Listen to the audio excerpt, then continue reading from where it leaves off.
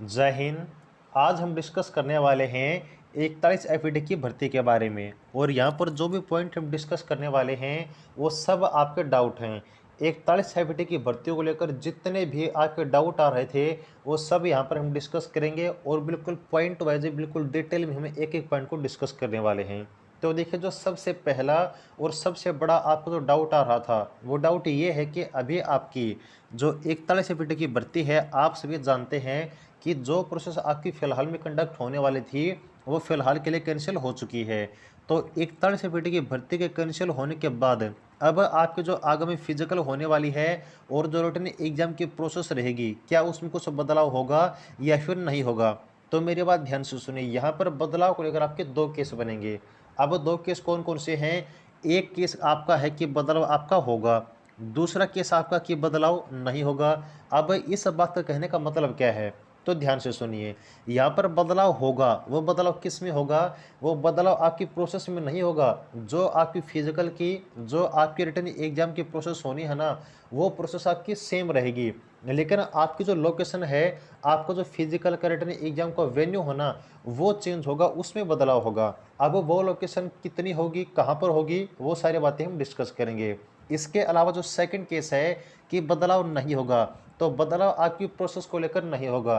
कहने का मतलब ये है कि आपके जो फिजिकल के लिए, जैसे कि ट्रेडमैन की फिजिकल है, फायरमैन की फिजिकल है, तो इसमें जो आपकी 100 मीटर की रेस होनी थी, आपको जो वेट उठाना था, जो भी प्रोसेस आपकी फायरमैन ट्रेडमैन के लिए होनी थी ना, वो बिल्कुल सेम रहेगी। इसके अलावा आपकी जो रिटन एग्जाम की प्रोसेस है, जैसे कि ट्रेडमैन के लिए, फायरमैन के लिए एमटीएस, मटेरियल असिस्टेंट और आपका जेओए जिसको हम एलडीसी बोलते हैं, तो इन सभी के रिटन एग्जाम को जो भी पैटर्न था, जो भी प्रोसेस थी, वो सब सेम रहेगी। प्रोसेस में कोई भी चेंज नहीं होगा, लेकिन जो लोकेशन है, जो वेन्यू है, उसमें चेंज होगा। अब वो कितना कहाँ पर होगा वो भी हम डिस्कस करेंगे।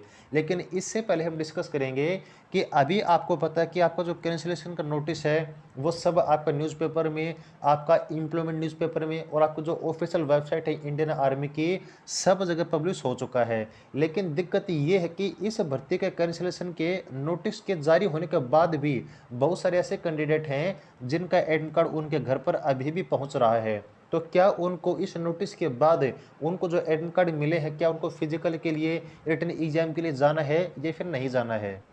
तो देखिए, आपके जो एडमिट कार्ड अभी आ रहे हैं ना, उसकी भी दो केस हैं। पहला केस क्या है? देखिए, पहला केस ये है कि जब आपका नोटिस जारी हुआ था, तो उस नोटिस के जारी होने से पहले आपके जो 41 एफईडी सेंटर से एडमिट कार्ड जारी हो चुके थे, वो आपके घर पर पहुंचेंगे। क्योंकि वहां से अगर आपका एडमिट कार्ड रिलीज हो चुका है, जारी हो चुका है, तो बीच में अब किसकी जिम्मेवारी है? आपके एडमिट कार्ड की डाक खाने की जिम्मेवारी है, पोस्ट ऑफिस की जिम्मेवारी है। तो वो जिम्मेवारी आपका पोस्ट ऑफिस पूरी करिएगा, आपका जो एडमिट कार्ड आपके घर पर पहुंचेगा। जो सेकंड केस है, सेकंड केस क्या है कि अगर मान लीजिए आपका जो कैंसिलेशन नोटिस है उसके जारी होने के बाद भी अगर 41 एफईडी आपका जो एडमिट कार्ड है वो जारी करता है, तो क्या आपको जाना है? तब भी आपको नहीं जाना है। क्यों नहीं जाना है? क्योंकि जो 41 एफईडी के पास आपके फॉर्म पहुंचे थे, उनके एडमिट कार्ड वो सबको जारी करेगा। जारी क्यों करेगा? क्योंकि यहाँ पर जो आपने एनवलप डाला है ना, जो आपने लिफाफा डाला है सेल्फ एड्रेस का, जिसमें आपका एडमिट कार्ड आने वाला है, वो केवल एक ही लिफाफा है। और अगर 41 एफईडी अब वो आपका लिफाफा जारी नहीं करता, तो आगामी प्रोसेस में बदलाव होगा। बदलाव क्यों होगा? क्योंकि आपके जो पहले एडमिट कार्ड हैं बहुत सारे कैंडिडेट को जारी हो चुके हैं। तो सबसे मेन रीजन कि अगर आपको जो एडमिट कार्ड है पहले बहुत सारे कैंडिडेट को भेजा जा चुका, तो आपका एडमिट कार्ड भी जारी होगा। तो अगर आपके कैंसिलेशन नोटिस के जारी होने के बाद आपका एडमिट कार्ड आ चुका है या फिर आने वाला, तो कन्फ्यूज मत होइएगा। आपका एडमिट कार्ड आएगा, जिन्होंने भी फॉर्म अप्लाई किया है उन सभी का एडमिट कार्ड आएगा, ये बिल्कुल कन्फर्म है। ठीक है जी। तो यह बात हो गई। इसके बाद जो सबसे अब मेन पॉइंट है कि टोटल फॉर्म कितने हैं, कंपटीशन लेवल कितना है और आपका फिजिकल वेन्यू कौन सा कितना है, वो सारी बातें हम डिस्कस करेंगे। तो अगर बात करें टोटल फॉर्म के बारे में, तो हज़ारों में नहीं लाखों में आपके फॉर्म अप्लाई हुए हैं। जो 41 एफईडी में आपकी भर्ती निकली है, ट्रेडमैन की, फायरमैन की, एमटीएस की, मटेरियल असिस्टेंट की और आपकी एलडीसी की, तो इन सभी के जो फॉर्म आपके हज़ारों में नहीं लाखों में आपके फॉर्म अप्लाई हुए हैं।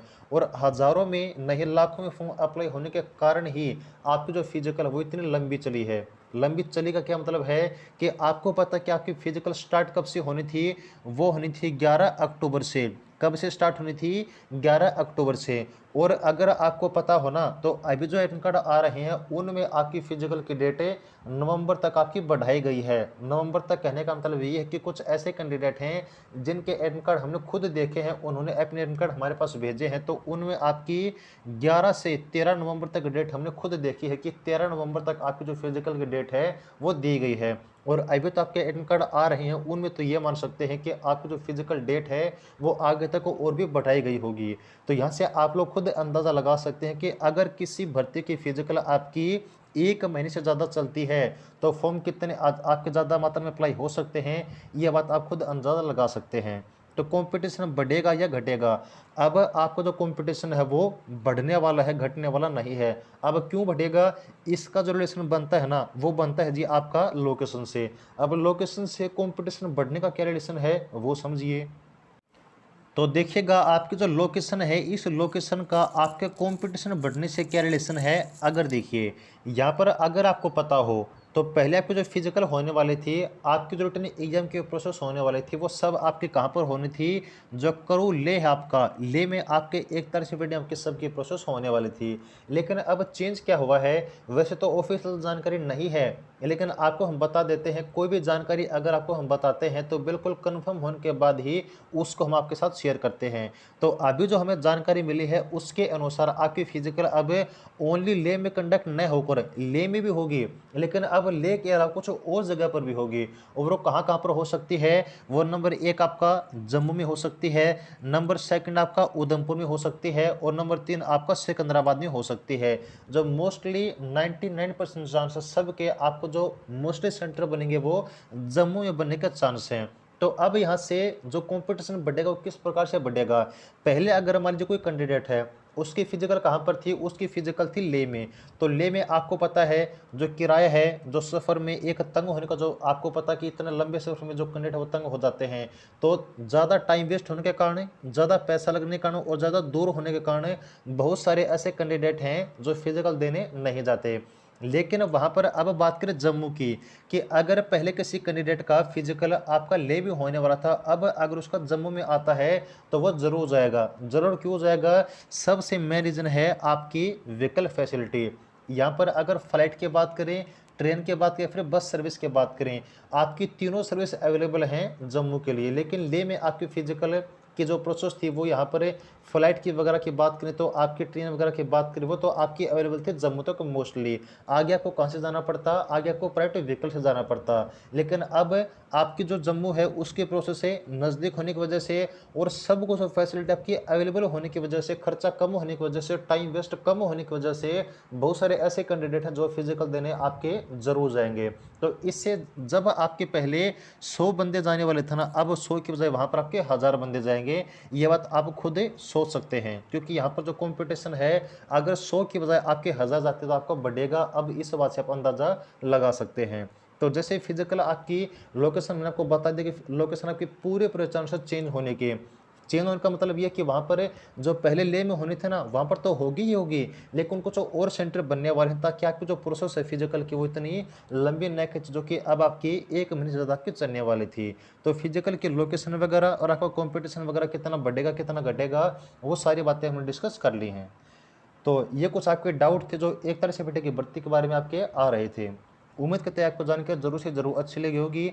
और देखिएगा यहाँ पर अगर आपका कोई भी डाउट है 1 तारीख से बेटे की भर्ती को लेकर, तो आप कमेंट सेक्शन में ले सकते हैं। जितनी हमसे कोशिश होगी, हमारी पूरी कोशिश यही रहती है कि आपको हर एक डाउट हम डिटेल में आपको कवर करें। तो वीडियो अच्छी लगी तो वीडियो को लाइक ज़रूर करें, और आगे के हर प्रकार की अपडेट के लिए चैनल को सब्सक्राइब जरूर करें। जुड़े रहिएगा। Thanks for keep supporting. जय हिंद।